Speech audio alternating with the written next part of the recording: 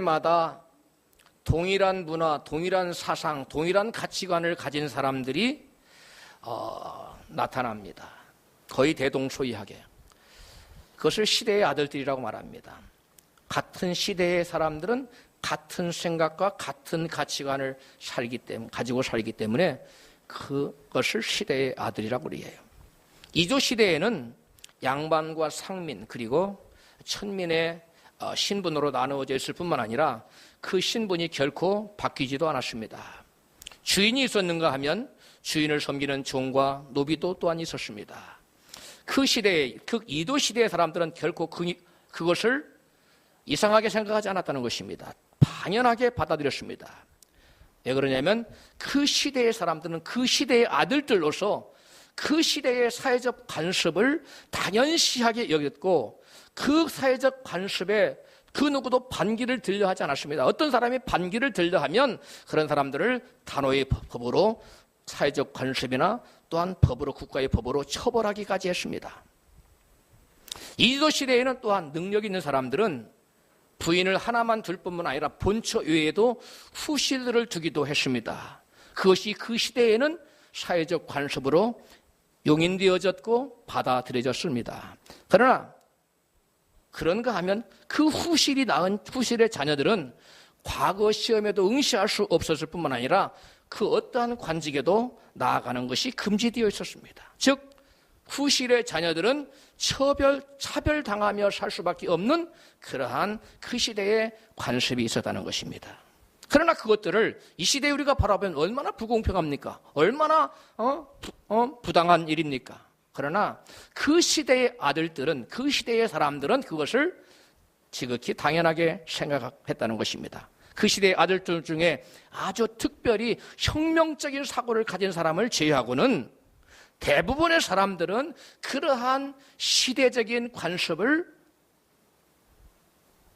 당연하다고, 정당한 것이라고, 합법한 것이라고 받아들였다는 것입니다. 그런데 이 시대의 아들들, 오늘날 우리들은 어떻습니까? 너나 할 거 없이 너는 종으로 살아야 돼 라고 말한다면 그 누가 그것을 받아들이겠습니까? 저와 여러분 중에 그 누구도 당신은 종이 되어야 된다고 말하면, 종으로 살아야 된다고 하면 그 누구도 쉽게 납득하거나 용인하거나 동의할 수 없을 것입니다. 그런데 우리가 믿고 있는 이 성경은 우리의 신앙생활은 종의 모습을 회복하는 것이요, 종의 도를 걷는 것이라고 말씀하고 있다는 것입니다. 이 시대적 사고와 이 시대적 가치와 정반대로 성경은 말씀하고 있다는 것입니다. 오늘 본문에 보면 인간의 타락은 종의 자리를 벗어나 인간이 주인 자리에 앉으려고 하는 데서 시작된 것임을 증거하고 있습니다. 우리 본문 창세기 3장 1절부터 같이 읽습니다. 뱀이 여자에게 물어 가로되 하나님이 참으로 너희더러 동산 모든 나무의 실과를 먹지 말라 하시더냐. 여자가 뱀에게 말하되 동산 나무의 실과를 우리가 먹을 수 있으나 동산 중앙에 있는 나무의 실과는 하나님 말씀에 너희는 먹지도 말고 만지지도 말라. 너희가 죽을까 하노라 하셨느니라. 뱀이 여자에게 이르되 너희가 결코 죽지 아니하리라. 너희가 그것을 먹는 날에는 너희 눈이 밝아 하나님과 같이 되어 선악을 알 줄을 하나님이 아심이니라. 여자가 그 나무를 본즉 먹음직도 하고 보암직도 하고 지혜롭게 할 만큼 탐스럽기도 한 나무인지라. 여자가 그 실과를 따먹고 자기와 함께한 남편에게도 주매 그도 먹은지라. 아멘. 뱀이 하와를 무너뜨리기 위해서 하와에게 그 무엇으로 유혹하고 있습니까? 하와야, 내가 그 실과를 따먹으면 내가 하나님처럼 될 수 있어. 그래도 너도 주인이 되어서 떵떵거리며 살 수가 있단 말이야. 이렇게 유혹하고 있는 것입니다. 뱀은 하와에게 너는 하나님께 종속된 존재가 아니야. 너는 하나님 없이도 살 수 있어. 내가 스스로 주인 되어서 내 힘으로 잘 살 수 있다고 이렇게 말하고 있습니다. 너는 더 이상 굳이 하나님의 종이 되어서 하나님을 주인으로 섬길 필요가 없다는 거야. 그리고 너도 하나님처럼 저 실과를 따먹기만 하면 너의 눈이 밝아져서 너도 하나님처럼 주인으로 살아갈 수가 있어. 그런데 하나님은 네가 그 선악을 알게 하는 선악과를 따먹으면 너의 눈이 밝아져서 네가 더 이상 하나님의 종로로 사지 않고 하나님 더 이상 섬기지 않고 네가 스스로 주인 되고 너도 하나님처럼 될 것을 알기 때문에 하나님이 너를 속이고 있는 거야. 이렇게 마귀는, 뱀은 하와에게 다가와서 아주 달콤한 말로, 아주 그럴듯한 말로 하와를 유혹하고 있는 것입니다. 마귀는 하나님을 주인으로 섬기지 말고 네가 스스로 주인이 되라고 지금 부추기고 있는 것입니다. 더 이상 하나님을 너의 왕으로, 내 인생의 주권자로 섬길 것이 아니라 내가 스스로 내 인생의 주권자가 되라는 것입니다. 하나님으로부터 독립을 선언하라. 너의 주권을 회복하라. 너의 인생을 내 스스로 주관하라. 이렇게 마귀는 속삭이고 있습니다. 얼마나 좋은 말들입니까? 주권을 회복하라니 얼마나 좋은 얘기예요. 독립을 하라니 얼마나 좋은 얘기입니까? 내 인생을 스스로 주관하라니 얼마나 좋은 얘기입니까? 언뜻 들으면 엄청나게 마귀는 하와를 위하는 것처럼 말하고 있습니다. 그래서 하와가 그 마귀의 말을 들으니까 굉장히 그럴싸하고 자기에게 엄청난 유익이 될 것 같고 지금 자기가 엄청난 손해를 보고 있고 하나님께 속고 있는 듯한 생각이 들었습니다. 그래서 하나님의 금하신 열매를 한번 쳐다봤더니 그 실과를 보니까 저 열매를 먹으면 나도 하나님처럼 지혜로워져서 내 인생을 스스로 주관하며 살 수 있겠다는 생각이 들었습니다. 창세기 3장 6절, 여자가 그 나무를 본즉 먹음직도 하고 보암직도 하고 지혜롭게 할 만큼 탐스럽기도 한 나무인지라. 그 실과를 보니까 진짜 지혜롭게 할 만큼 지혜롭게 할 만한 나무처럼 보였습니다. 그래서 저 실과를 따먹으면 나도 하나님 같은 지혜가 생기겠구나. 그래 나도 하나님처럼 주인 될 수 있겠구나. 나도 왕이 될 수 있겠구나. 나도 하나님이 될 수 있겠구나. 그런 생각이 들었습니다. 뱀의 말이 맞는 것 같았어요. 저 열매를 보니까 저렇게 아름다운데, 저렇게 지혜롭게 할 만큼 탐스러운 열매인데 먹는다고 죽긴 왜 죽어? 뱀의 말이 맞아. 뱀의 말이 맞는 거야. 하나님 나를 지금 속이고 있는 거야. 나보고 계속 하나님을 섬기라고. 이런 생각이 들었습니다. 저 실과를 따먹으면 하나님처럼 되어서 더 이상 하나님을 더 이상 섬기지 않을 것 같으니까 하나님이 못 먹게 한 것이 틀림없어. 나라고 영원토록 주인이 되지 못하고 하나님의 종으로만 살라는 법이 어디 있는가? 이런 생각을 하게 됐습니다. 나도 저 열매를 따먹고 하나님처럼 주인이 되어서 내 인생을 스스로 주관하고 왕이 되어서 떵떵거리며 살아야지 생각하고 하나님의 금하신 선악을 알게 하는 나무의 실과를 따먹었습니다. 이제 하나님의 금하신 금단의 열매를 따먹은 저들은 어떻게 되었을까요? 본문 3장 7절 이하에 말씀하고 있습니다. 이에 그들의 눈이 밝아 자기들의 몸이 벗은 줄을 알고 무화과나무 잎을 엮어 치마를 하였더라. 그들이 날이 서늘할 때에 동산에 거니시는 여호와 하나님의 음성을 듣고 아담과 그 아내가 여호와 하나님의 낯을 피하여 동산 사이에 숨은지라. 여호와 하나님이 아담을 부르시며 그에게 이르시되 내가 어디 있느냐? 가로되 내가 동산에서 하나님의 소리를 듣고 내가 벗었으므로 두려워하여 숨었나이다. 아멘. 이전에는 하나님이 부르시기도 전에 동산에 여호와께 나타나시면 다 달려가 들어가서 안겼던 아담과 하와였는데 이제는 주님이 부르셔도 나타나기는커녕 숨어버렸습니다. 저들이 하나님의 금하신 실과를 따먹자 몸이 벗은 줄을 알고 수치심을 느꼈기 때문입니다. 그래서 무화과나무 잎을 엮어서 치마를 만들어서 치부를 가렸습니다. 저들이 하나님의 말씀을 믿고 순종하며 살아갈 때는 옷을 입지 않았어도 하나님의 영광이 저들의 옷이었습니다. 할렐루야. 저들은 옷을 안 입었지만 하나님의 영광으로 옷을 입혀줬어요. 그래서 벌거벗었지만 부끄럽지가 않았던 것입니다. 그런데 이제 저들이 하나님 말씀을 버리고 하나님의 금하신 선악을 알게 하는 나무의 실과를 따먹자 하나님의 영광의 옷이 벗겨져 버렸습니다. 저들의 수치가 여실히 드러나게 되었습니다.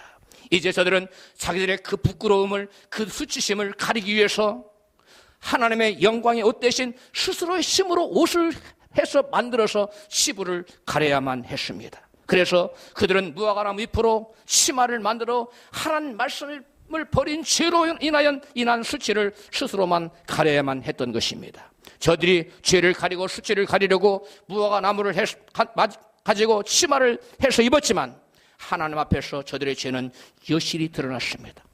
여러분, 무화과 나무 잎 중천에 해가 떠오르면, 의의 태양이 떨어오면 무화과 나무는 다 어떻게 되지요? 말라 비틀어집니다. 여실히 의의 태양이신 하나님 앞에서는 저들의 죄를 그 어느 것도 숨길 수 없게 되었던 것입니다. 저들은 말씀을 버리고 죄를 범하여 하나님의 영광이 옷이 벗겨지자 수치심뿐만 아니라 또 무엇도 왔습니까? 두려운 마음도 찾아왔습니다. 두려움이 몰려왔어요. 말씀을 버리고 스스로 주인이 되어 살고자 하는 자들에게 기쁨과 평안 대신 수치심과 두려움이 찾아오는 것입니다. 하나님 말씀을 버리고 스스로 주인이 되고자 한 자에게 하나님으로부터 온갖 축복이 사라지고 수치심과 두려움과 같은 또 하나님과 분리되는 여러분 저주가 찾아온 것입니다. 이처럼 인간에게 찾아오는 모든 저주는 하나님의 주인 되심을 거부하고 스스로 주인이 되고자 한 데서 비롯된 것입니다. 믿으시면 아멘 합시다. 인간의 모든 불행, 인간의 모든 저주는 하나님의 내 인생의 주인 되심을 거부하고 이제는 독립을 선언하고 내가 스스로 주인 되고자 한 자에게 찾아온 하나님의 형벌이요 저주라는 사실을 우리는 알아야만 하는 것입니다. 인간이 스스로 주인이 되어 자유롭고 주인이 되면 스스로 자유롭고 행복할 것 같지만 실제로는 자유와 행복 대신 슬픔과 여러분 저주가 찾아온 것입니다. 그 이유는 우리 인간은 스스로 존재하는 존재가 아니라는 것이, 오직 스스로 존재하는 분은 하나님뿐이신 줄로 믿습니다. 나 여호와는 스스로 존재하는 자다. 그러나 우리 인간은 하나님 외에, 성삼위 하나님 외에 이 지구상의 온 우주에 스스로 존재하는 것은 그 어떤 것도 없습니다. 어떤 생물체도 스스로 존재할 수 없습니다. 어떠한 여러분 식물, 어떤 돌이나 눈에 보이는 모든 것, 보이지 않는 모든 것까지도 여러분 스스로 존재할 수 없어요. 이 모든 것은 하나님의 창조로 비롯된 줄로 믿습니다. 여러분, 우리 인간은 스스로 지어진 존재가 스스로 존재하는 존재가 아니라 하나님께서 만드신 하나님의 영광을 위하여 하나님께서 지으신 하나님의 피조물이기 때문에 하나님의 존재 목적을 떠나서는 그 어떤 인간도 여러분 그 안에서 참된 인생의 의미와 행복과 만족을 얻을 수가 없다는 사실을 믿으시기를 바랍니다. 여러분, 우리뿐만 아니라 우리 인간은 하나님 없이는 살 수 없도록, 하나님을 떠나서는 결코 살 수 없도록 지어진 존재라는 것입니다. 즉 우리가 하나님 없이는 살 수 없어요. 하나님 안에서, 하나님과 더불어 하나님 말씀 안에서만 살아갈 수 있도록 우리 인간은 지어졌다는 거예요. 이것은 무엇을 의미하느냐? 여러분, 나무가 나는 땅속에 뿌리를 내리고 살고 싶지 않아, 나도 좀 걸어다니고 싶어 하고 나온다면, 땅속에서 나무 뿌리가 나오면 존재할 수 있습니까? 여러분, 당장 말라 비틀어 죽습니다. 물고기가 나도 좀 지구서 땅에 올라가서 기어다니고 싶어, 잉어가 올라오고 여러분 여러 가지 물고기가 올라와서 살 수 있습니까? 살 수 없습니다. 물고기가 나는 저 바다 밑에 가서 물속에 들어가다 헤엄치고 살고 싶어, 가능합니까? 불가능합니다. 하나님께서는 모든 식물은 땅에 뿌리를 박고 살도록 지으셨어요. 물고기는 바다 물속에서 살도록 지었어요. 하늘에서 공중 나는 새는 하늘에서 날개짓을 날며 살아라고 바닷속에 가서 헤엄치고 살라고 말씀하냐. 그것이 하나님 정하신 하나님의 법도입니다. 마찬가지로 그럼 우리는 어디서 살도록 하셨을까요? 따라합시다. 하나님 안에서 주님 손잡고 말씀 위에서 말씀의 뿌리를 내리고 살도록 우리 인간을 지었기 때문에 우리 인간이 아무리 독립선언을 하고 내가 스스로 주인이야, 내가 왕이야, 이제부터 내가 하나님이라고 아무리 선언을 해도, 독립선언문을 100번, 1000번 선언한다 할지라도 여러분, 인간은 하나님 될 수 없습니다. 인간은 스스로 주인 될 수 없어요. 우리 인간은 하나님 손을 잡을 때만 살 수 있는 줄로 믿습니다. 우리 인간 하나님 말씀의 뿌리를 박을 때만 살 수 있는 줄로 믿습니다. 이것이 하나님의 창조 섭리라는 거예요. 이 하나님의 창조 섭리를 떠나서 내가 스스로 주인됨을 선언한 그 순간 우리 인간에게는 슬픔과 저주와 온갖 여러분 재앙이 몰려온다는 사실을 우리는 알아야만 될 줄로 믿습니다. 이스라엘 백성들이 스스로 하나님의 주인됨을 거부하고 우리가 주인이라고 주인 선언을 했습니다. 자기 뜻대로 살고자 했습니다. 그 결과 이스라엘 백성들이 어떤 일을 당했을까요? 이사야 1장 2절 시작. 하늘아 들으라, 땅아 귀를 기울이라. 주님께서 말씀하신다. 내가 자식이라고 가르쳐 기르고 키웠는데 그들이 나를 거역하였다. 3절 소도 제 임자를 알고 나귀도 주인이 저를 어떻게 먹여 키우는지 알건만은 이스라엘은 알지 못하고 나의 백성은 깨닫지 못하는구나. 세번역 성경으로 말씀드렸습니다. 소도 나귀도 누구를 안다고요? 주인을 안다는 겁니다. 그래서 주인을 알고 주님 뜻을 알고 주님이 이리야 이리야 그래 이쪽으로 가요. 자라 자라 그래 저쪽으로 가요. 소도 그래요. 나귀도 주인의 뜻을 알고 나귀야 등을 대가라고 등을 대요. 타라고. 이게 여러분 소도 나귀도 주인을 알고 자기를 밥 먹여주고 자기를 살리는 주인을 알고 주인의 뜻을 순종하며 사는데 이스라엘은 하나님 백성들은 하나님을 알지 못한다는 거예요. 하나님이 자기 주인인 거 알지 못한다는 거예요. 그리고 하나님을 주인으로 섬기지 않고 스스로 잘난 줄 알고 자기가 주인으로 살려고 한다는 거예요. 그런 사람들을 하나님은 그들이 하나님을 버렸다는 겁니다. 하나님을 주인으로 인정하지 않는 자는 하나님을 버린 자입니다. 말씀을 버린 자는 하나님을 버린 자입니다. 그런 자는 주님을 인정하지 않는 자입니다. 그런 자에게는 하나님의 축복 대신 저주가 와요. 하나님의 생명 대신 여러분 사망이 와요.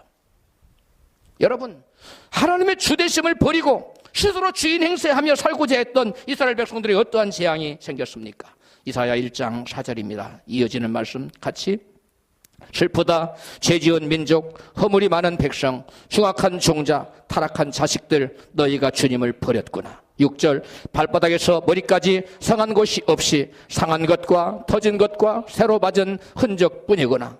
너희 땅은 황무하였고 너희 사업들은 불에 탔고 너희 토지는 너희 목전에 이방인에게 삼키웠으며. 아멘. 여러분 하나님의 주인 되심을 거부하고 스스로 주인이 되어서 자기가 하고 싶은 대로 마음대로 하고 살면 행복하고 잘 살 것 같지만 자유와 행복 대신 성한 곳이 없이 맞아 터진 것과 성읍들은 불탔고 땅은 황무해지고 토지는 빼앗겼다는 거 아닙니까? 오늘날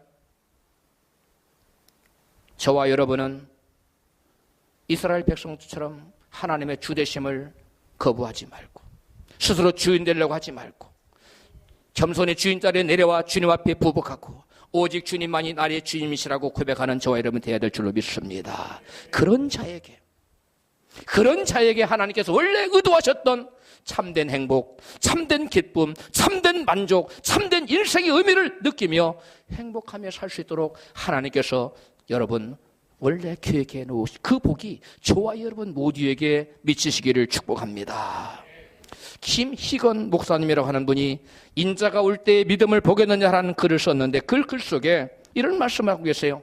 마지막 시대의 교인들이 바른 믿음을 갖기 어려운 이유는 현대인들은 주라는 주님이라는 개념을 모르기 때문이다. 주인이라는 개념을 모른다는 거예요.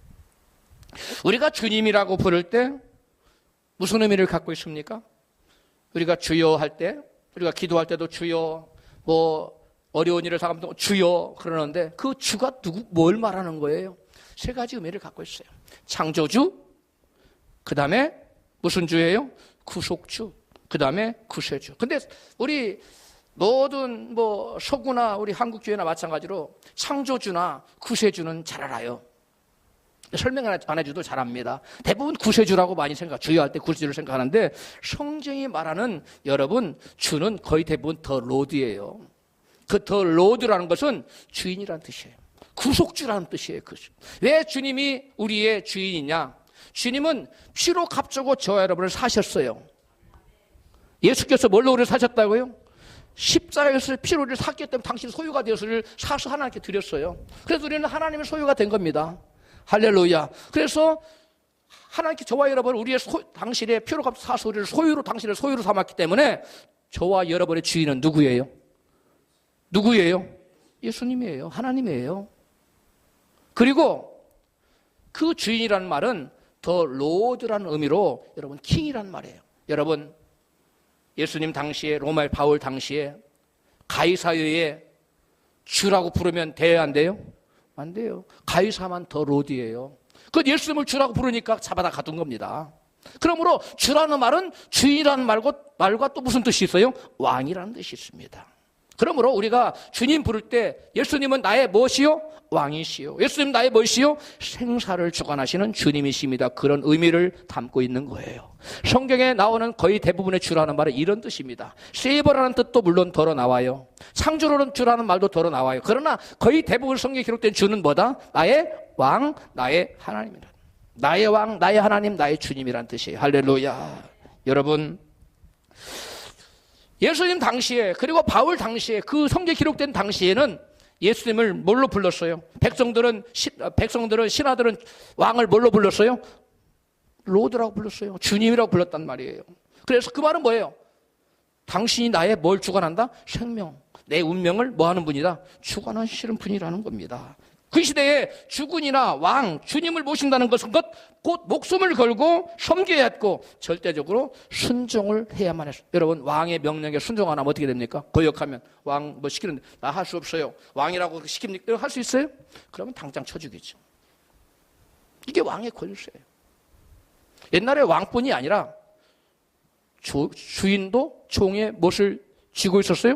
생사여탈권을 쥐고 있었어요. 종이 주인의 마음에 안 들면 목숨을 잃을 수도 있다는 것을 현대인들은 머리로는 알아요. 뭘 봐가지고? 드라마, 뭐 영화 같은 데 봐서 머리로 아는데 피부적으로 그게 와 닿습니까? 그게 잘 안 와닿지요. 그러니까 이해가 잘 안 되는 거예요. 주님이라는 것이, 그리고 내가 종이라는 것이, 종이 어떤 자리에 있는 건지, 주인을 어떻게 섬겨야 되는 건지를 잘 이해를 못한다는 것입니다. 예수님을 주님이라고 부른다는 것은 곧 예수님께서 내 운명의 절대 주권을 가지시라는 분이시라는 것을 뭐 하는 거예요? 인정한다는 거예요. 따라서 예수님께서 나의 주님이 되신다는 것은, 그것을 인정한다는 것은 곧 내가 예수님을 목숨을 걸고 섬기고 복종하겠다는 의미인 것입니다. 저와 여러분이 아무 뜻 없이 주여 그렇게 부르면 안 돼요. 에? 그런데 이 시대 사람들, 오늘날 이 시대의 아들들은 어떠냐? 왕도 주인도 없는 시대에 우리가 살고 있잖아요. 지금 왕이 어디 있어요? 에? 대통령이 좀 힘을 권세를 부리려면 지금 당신이 왕이냐 막 뭐 하잖아요. 또 지금은 왕이 없는 시대예요. 또 이 시대는 주인도 없어요. 그렇기 때문에 주인을 어떻게 섬겨야 되는, 주인이 어떤 권세를 가지고 있는지 잘 이해를 못해요. 그리고 주인 앞에서 종은 어떠한 자세를 취해야 되는지 잘 이해를 할 수 있다고요? 없다는 것입니다. 이 시대의 사람들은 모든 사람이 자기 스스로 주인이라고 생각하고 스스로 자기 인생을 주관하고 살아가고 있어요. 이것이 이 시대의 아들들의 모습이에요. 그나마 옛날에 군대 갔다 온 분들 계시죠? 군대 갔다 온 분들. 군대 갔다 온 분들은 이 주인이라는 뜻을 어렴풋이 압니다. 왜? 상관이 곧, 군대에서 상관이 주인과 똑같아요. 마치 그것 같습니다. 군대에서는 상명하복만이 존재합니다. 군대 말로 상관이 까라면 뭐 해야 돼요? 까야 돼요. 그게 군대예요. 이유가 없어요. 야, 이거 철모가 없어졌는데 채워 넣어. 이유 여하를 막느라고 철모 어디서 가서 훔쳐오든 뭐 뺏어오든 갖다 채워내야 돼요. 상관의 명령은 곧 옛날에 누구의 명령 같았어요? 주인의 명령, 왕의 명령과 같았다는 것입니다. 군대에서 상관의 명령은 곧 종을 향한 주인의 명령과 같습니다. 배너, 우리 영화 조금 보겠어요. 잠깐 보면 이 영화 속의 배너 영화 속의 주인공은 주대 배너지요. 군함에 지금 배창 밑에서 노를 젓는 노예 신분입니다. 전투를 앞두고 집정관이 모든 노예들의 지금 뭐를 채우러 갑니까? 발에 착고를 채우러 갑니다. 족쇄를 채운다는 것은 곧 무엇을 의미합니까? 죽음을 의미하는 거예요. 전쟁에 지면 다 밑으로 도망칠 수가 없어요. 그런데 집정관이 감시병을 불러죠. 다 족쇄 채워. 근데 너는 지금 누구 풀어주라? 보리원 풀어주라. 주대 변호는 풀어주라는 거예요. 그래 풀렸어요. 나중에 이 집정관을 지금 집정관이 바다에 떨어졌는데 그 불 가운데서 건져냈죠. 근데 전쟁에 지는 줄 알고 지금 자살하려고 그래요. 거기까지 봤는데 그 나중에 전쟁에 대승을 합니다. 여러분, 여기서 지금 무엇을 제가 여러분에게 보여주고자 했느냐면 이 집정관은 주인에 위치해 있어요. 주인에 의해서 그 수많은 종들은 다 죽잖아요. 그런데 오직 주인의 뜻에 의해서 한 사람, 주대페너, 주인공은 뭐 했어요? 살아날 수 있었어요. 즉 주인은 종의 무엇을 쥐고 있다? 생사 여탈권을 쥐고 있어요. 그런데 여기서 또 한 가지 우리가 알아야 될 것은 감시병도 역시 종의 위치에 있습니다. 감시병, 그러니까 묻잖아요. 포리원 풀어주고 다 묶어. 그러니까 감시병이 왜 포리원만 풀어줘야 돼요? 불공평하잖아요. 뭐 그런 말 합니까? 일절 없어요. 여러분, 바로 이게 종의 모습이에요. 종은 자기 생각이 없어요. 자기 주권이 없어요. 그냥 주인이 뭐 하면, 지시하면 거기에 뭐 하는 자가, 순종하고 따르는 자가 종입니다. 할렐루야. 자, 여러분, 왜 제가 이걸 보여줬느냐? 이 시대에는 이 종에 관한 개념이 없기 때문에, 또 주인은 어떤 위치에 있으며 종은 어떤 자리에서 하는지를 모르기 때문에 이걸 보여줬어요. 종이 뭔지를 잘 모르니까 주님 뜻대로가 아니라 자기 하고 싶은 대로 사람들이 살아요.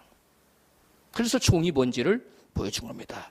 옛날에 주군이 또는 주인이 명령하면 신하는 자기에게 좋건 해가 됐건 심지어는 자기 목숨이 달아날지라도 주인의 뜻에 절대 복종합니다. 동영상 하나 잠깐 보겠어요? 네. 계속 봤으면 좋겠지요? 우리 소사라 지사님 아주 계속 보고 눈이 이렇게 빠져 있어요. 예, 여러분 무사무율 못 있지요? 예, 이게 종이에요. 지금 그 임금의 명을 수행하면 자기는 뭐 해야 돼요? 죽어야 돼요. 근데 한치의 오차도 없이 왕의 명령을 받들어 섬기겠다는 이게 종입니다. 저와 여러분도 무사무율처럼 돼야 될 줄로 믿습니다. 아멘이 영 힘이 없어요. 저 무사무율은 제가 얼마나 대참니까? 무사무율 이렇게 나가는데 여러분은 아멘. 우리 아멘 한번 크게 합시다. 할렐루야. 예, 무사무율은 왕의 명령에 죽기를 각오하고 한치의 실수도 없이 왕의 명령을 수행하겠다고 하잖아요. 이게 바로 종의 모습이에요. 종은 주군이 시키면 자기가 지금 죽을 걸 뻔히 알지만 주인이 시킨 그대로 하겠다는 것입니다. 조금 전에 종은 주인을 어떻게 섬기는 자인 줄을 살펴보았는데 여러분은 진정 주님의 종이십니까? 과연 교회에 다니는 많은 사람들 중에 자기를 부인하고 예수님을 주인으로 의식하며 따르고 섬기는 사람이 얼마나 될까요? 사실 많은 사람들이 주님을 위하기보다는 자기 유익을 위하여 예수님을 주인으로 부르고 주님으로 부르고 묻는다고 말하고 있습니다. 그러나 주님께서는 그러한 사람들을 당신의 종이라고 인정하지 않는다는 데 문제가 있는 것입니다.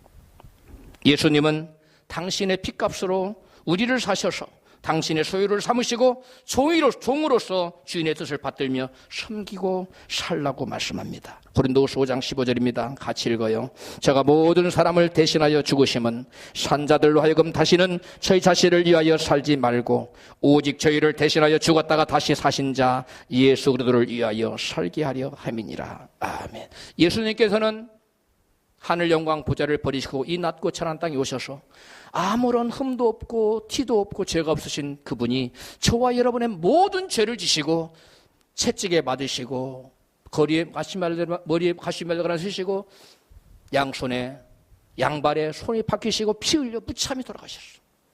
이것은 당신께서 피를 흘려서 우리를 모든 죄에서 구원하여 우리에게 영생을 주시고 당신의 소유를 삼고 당신의 자녀를 삼아서 영원한 천국으로 인도하시기 위한 하나님의 뜻인 줄로 믿습니다. 여러분, 이와 같이 예수께서 피 흘려 죽으신 이유는, 그리고 죽었다가 다시 사신 것은 예수를 믿는 자들로 하여금, 하나님의 자녀들로 하여금 더 이상 자신을 위하여 살지 말고 나를 위해 피 흘렸다가 죽었다가 다시 사신 자 예수 그리스도를 주인으로 모시고 예수님의 종으로서 그분을 위해서 살아가라고 말씀하는 것인 줄 믿습니다. 정말 예수님을 주인으로 부르고 따른다면 내 존재의 이유와 목적이 온전히 주님께 드려져야만 하는 것입니다. 우리의 가치의 기준은 무엇입니까? 예수님이 우리의 삶의 기준입니까? 아니면 나 자신의 성공과 유익입니까?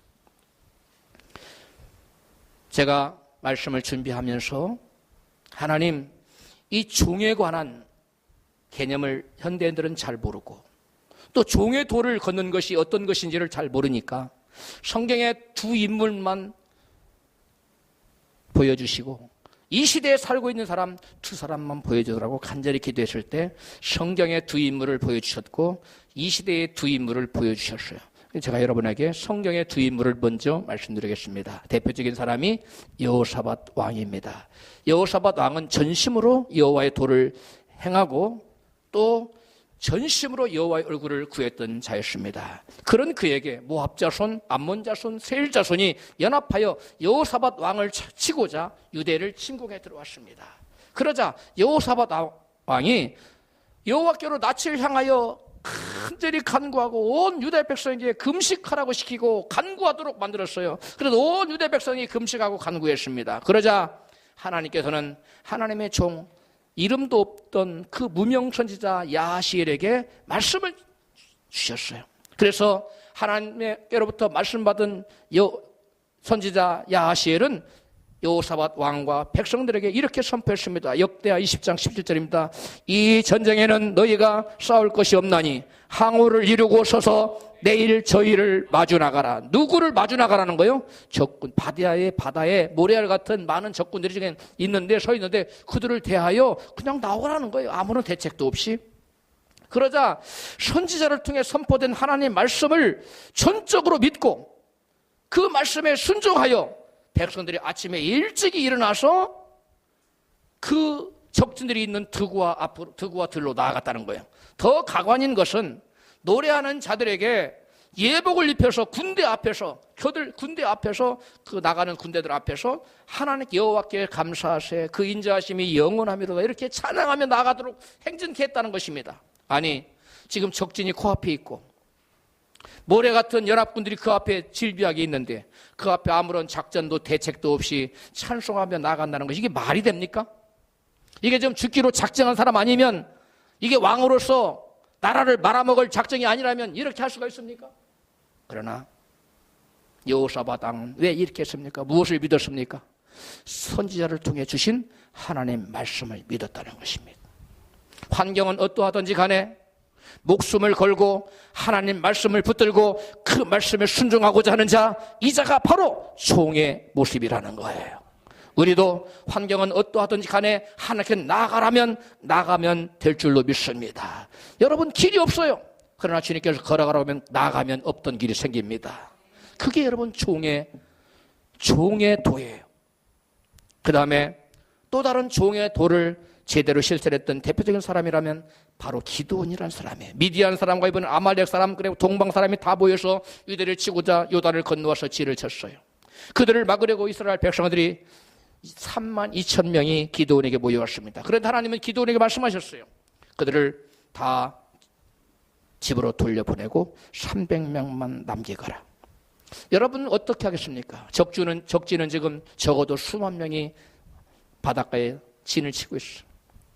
그런데 하나님은 300명만 가지고 싸우라고 그래요. 하나님 말씀을 붙들고 300명만 가지고 나가 싸우겠습니까? 아니면 32,000명을 가지고 나가 싸우겠습니까?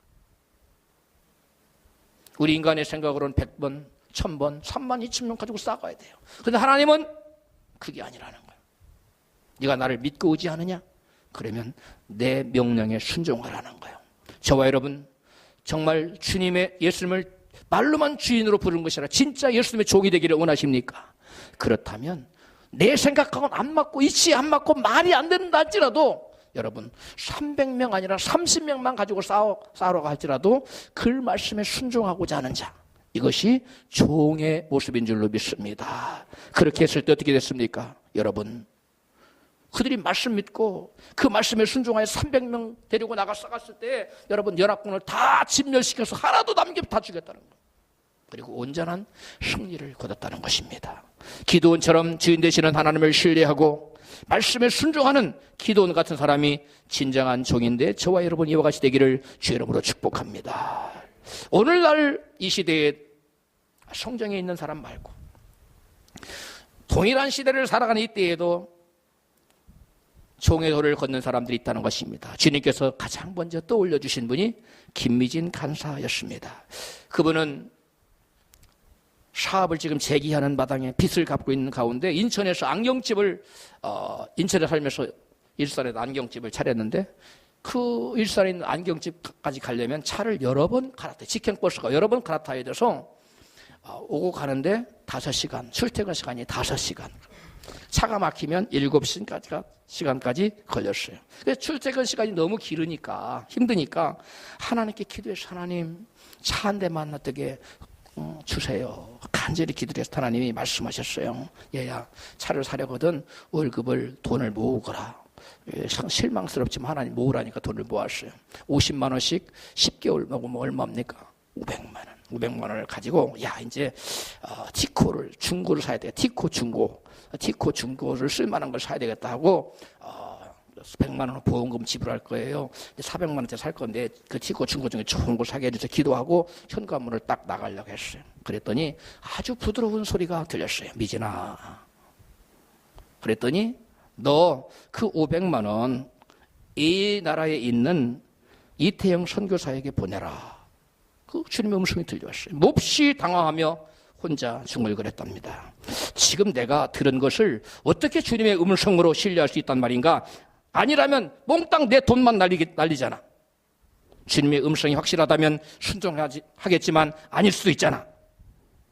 주님의 음성이 아니기를 바라며 음성을 무시하고 신을 신고 밖으로 나가려다가 아니지. 그래도 주님의 음성인지 아닌지 검증을 해봐야 되겠다는 생각이 들었답니다. 그래서 다시 앉아서 검증을 했어요. 이게 누구의 음성일까? 먼저 이게 마귀의 음성일까?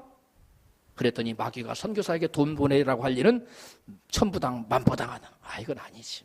그러면 내 뜻일까? 그런데 자기 남편을 선교사로 그 주회종으로 불러서 아주 가난하게 살게 한 장본인이 이태영 선교사라는. 그래서 이태영 선교사 아주 내가 싫어하는 사람이야, 이분이. 그래서 이태영 선교사 보는 이건 또 내 뜻도 아닌데. 그러면 결국 누구 뜻이에요? 하나님 뜻이구나. 하나님 뜻임을 알았습니다. 그래서 울면서 이렇게 외쳤다고 그래요. 주님이 말씀하셔서 즉시 온전히 그러나 억지로 순종했습니다. 하고 돈을 보냈어. 그리고 가게에 출근했는데 계속 불평이 나오는 거예요.